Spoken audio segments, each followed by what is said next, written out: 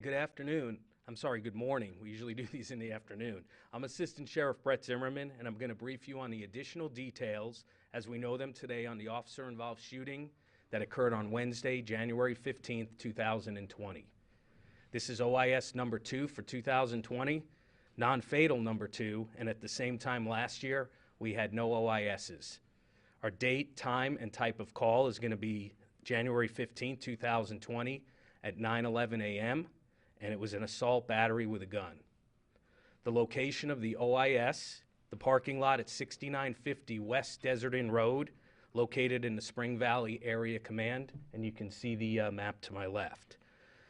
Real quick, if you go back to that previous slide, when you look at that location, we have the initial crime scene, which is at the Navy Federal Credit Union, which I'll get to those details. We have the OIS location, which is in the center. And then we also have, we have another location up top, which was where the original crime took place with the individual's mother. Again, our time of OIS was shots fired at approximately 9:21 a.m.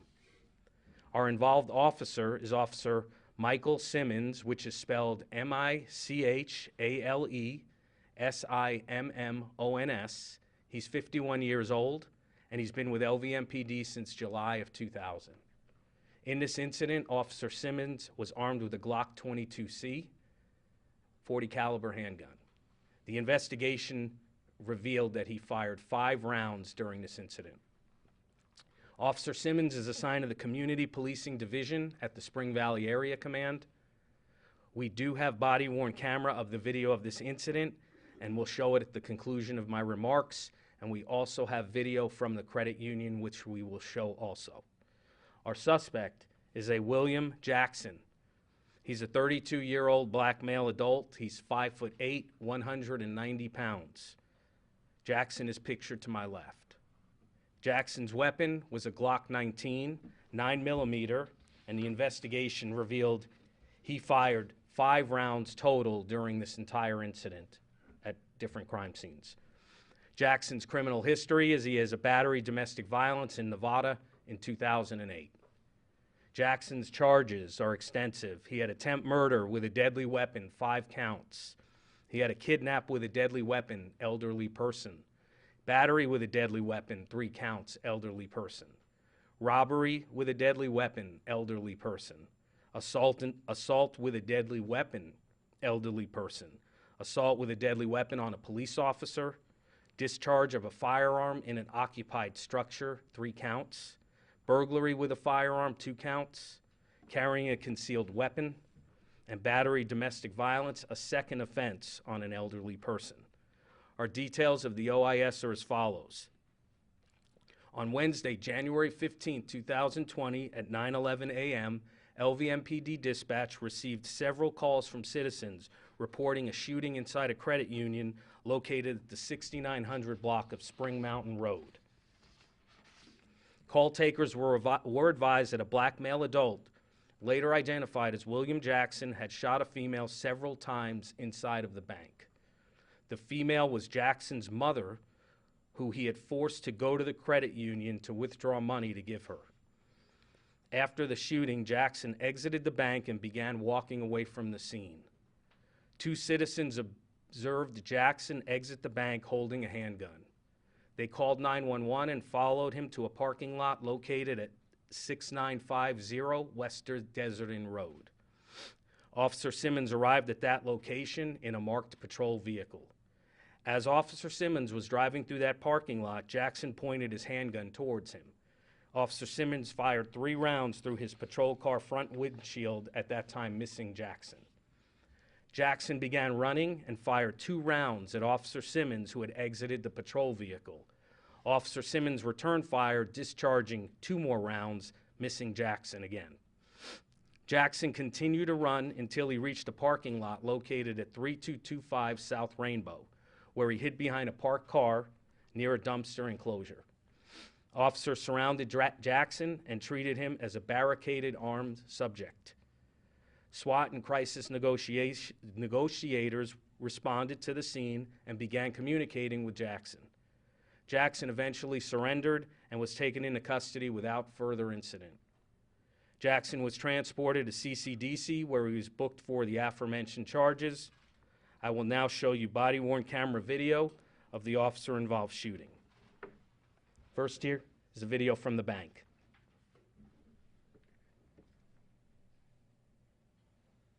That's our suspect in the orange construction vest.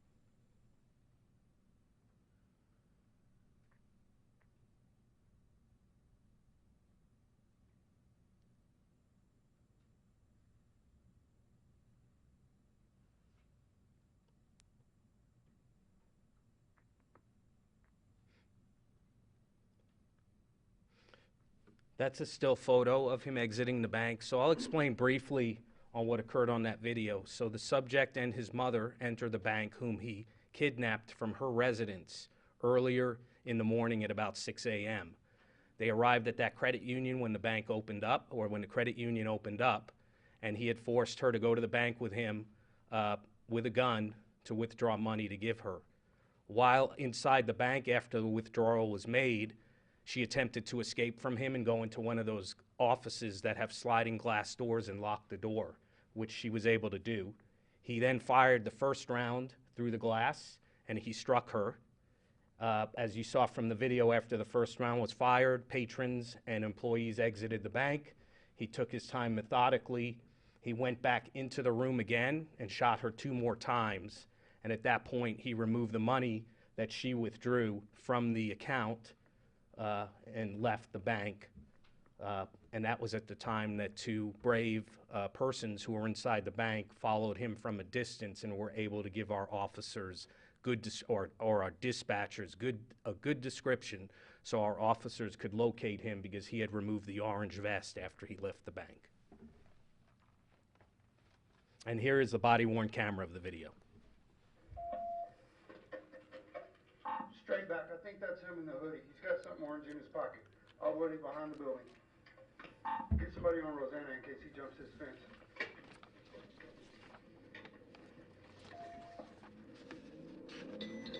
They confirmed he was wearing a black hoodie? That's confirmed. He did have an orange vest and he stuck it in his pocket. Stop! He's running. Shots fired! Direction of travel when you can. 660, front fire. 650. Tack reload. Close down. He's going over the fence. Shit. Hey, he's running east. He just went over the wall, back towards Rainbow. Air 2, copy. Air 2, where are they? DI and Spring Mountain. To Robert, when I lost him at that wall, he did shoot at me.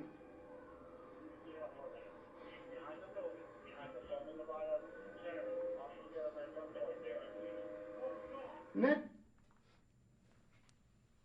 There, real quickly, from the body-worn camera video, we were able to get a still shot of what the officer saw as he was arriving before he fired those shots through his windshield. And again, that's our suspect. I'll now open it up if anybody has any questions. Yes, ma'am. We received word this morning that she's stable. She received 3 gunshot wounds. I believe one to the abdomen, one to the thigh, and one to the arm, shoulder area. Is she expected to survive? Yes, as of right now, yes, she's expected to survive. How much money did she withdraw from the bank for him? I believe a few $1,000s.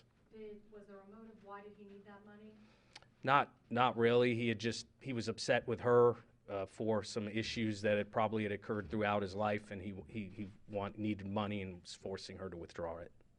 Did he ever attempt to rob the bank itself, though, or he was just getting money from her? No, he did not. And if you review the body-worn camera, his actions were somewhat. He was playing friendly. He waved when he left the bank. You can see that. So from our investigation, it didn't seem like there was any sort of agitation from him while she was withdrawing the money. Yes, sir. You had mentioned a prior for domestic violence. Yes. Was that against the mother, do you know? That I do not know, but it was in 2008 with a victim, so I don't have the details on that case. Was it your understanding that he kidnapped his mother from her home, or did she go not? No, he did. He did kidnap that. He did kidnap her. He brought her to that bank against her will. He arrived at her house at 6 a.m. and he had her there, and she was prohibited to go to her work that day and was forced to go to the bank with him. And then I know it's preliminary, but watching the camera video of the shooting, it looks like he confronts him. The man is brandishing a weapon. Do you know who shot first or any of those? In regards to the officer, Yeah. the officer had already had the information at the bank that he had shot somebody. The initial information too on a scene like that, we didn't know if it was a teller until officers get to the bank. They realize there's somebody shot inside of a bank. And then when he arrived, he saw what he saw that visual through his body-worn camera. He sees that individual crouching, holding the weapon. The officer's first reaction was to shoot at that suspect, so he was able to exit his vehicle. He shoots through the windshield right there, so he's able to, go on the offense against the suspect, so the suspect doesn't shoot at him because he had already saw him pointing the weapon. Then, of course, after he shot those first 3 rounds, the suspect then was able to return 2 rounds of fire against him. Then our officer returned 2 rounds after that from outside of the vehicle. The weapon that the suspect possessed, was it legally owned? We are looking into that weapon right now. We have a trace out on it to see where it was purchased, but in interviewing the suspect, he didn't give us much information and requested a lawyer. And the gun is not reported stolen. Plenty of people in that bank, between customers and employees. You said that some people fight right, and then they went and got a description. Did Correct. all those witnesses pretty much do what they should? Stay out of the way, but be good witnesses? Yeah, that's what it looked like. Like I said, the good thing was when he went in there, it wasn't anything violent, but at some point after they saw what occurred, everybody was able to exit the bank. And in this case, yeah, the witness, without that witness, it would have been very difficult to locate this individual because we wouldn't have known who he is until we actually talked to the mother at the scene of what we had. But because of these witnesses, they didn't know what occurred, and the witnesses were able to follow. They just see a shooting, they follow the suspect, and they're able to give our cops a good description. They did follow at a safe distance. They were in a vehicle. He was on foot. If you look at the first map that we could go back to, you can see how far that scene was from the bank. You see the original, the Navy Federal Credit Union is down there on Spring Mountain, and the OIS location is right there. So, I mean, a good 3 or 4 blocks, good long city blocks that they were able to follow him and not be detected in their vehicle. Was there anyone else in that office where his mom went into? Yes. If you watch the video again, there was a manager in that office, and the manager had an employee or a manager, from what we know, who had exited. She went in there with that person, pulled the door shut, and then the manager, at some point when he's looking around or figuring out what he's going to do, you can see a manager, I believe it was a male, run out of that office as everybody was running out. So that's the mom in the black? Correct. The first one who went in, and then again, you'll see the manager or employee exit that office. We were told that was a manager office right in front of the bank, one of the managers, that first office. When he fired that initial shot, that got his mom? Yes, all 3. Trying to break glass. Correct. You see the individual running there. So the first shot hit her. All 3 of his shots hit her. First round through the glass, and then when he went back in, he shot her 2 more times. Do you know where she was Again, thigh, believe the arm, and the abdomen. Okay? If there's no other questions. You said when he went back in the second time, that is when he got the money from her, is that right? The first time was when he withdrew the money. He went into the bank. This picks it up, the video picks up after they've withdrawn the money. So again, she tried to escape. The key was she didn't want to leave with him because she felt her life was in danger. And then what about the de-escalation, because this didn't end where we saw the body camera footage end, it ended. Correct. Again, what happened is everybody on this incident, our cops, everyone who responded on this incident worked in tandem. We looked to de-escalate situations and not use force against individuals. We were able to roll our SWAT team, and we utilized as all of our low lethal options to take the subject into custody. And the first option was negotiating with him. And at some point, our negotiators were able to have a rapport, and he gave up. So the incident ended on our end, not having to utilize more force or anything else escalating again. And how long did you guys talk with him to get him? The incident started about 9:12 at the shots fired. I believe we probably located him a short time after that, and he was taken into custody about noon. So they had him pinned down in that area. They knew he was in a breezeway where he was taken into custody, but they didn't know exactly where, because you can't safely go up that breezeway because he'll see you coming as a patrol officer, so you need to utilize all those resources to get in there.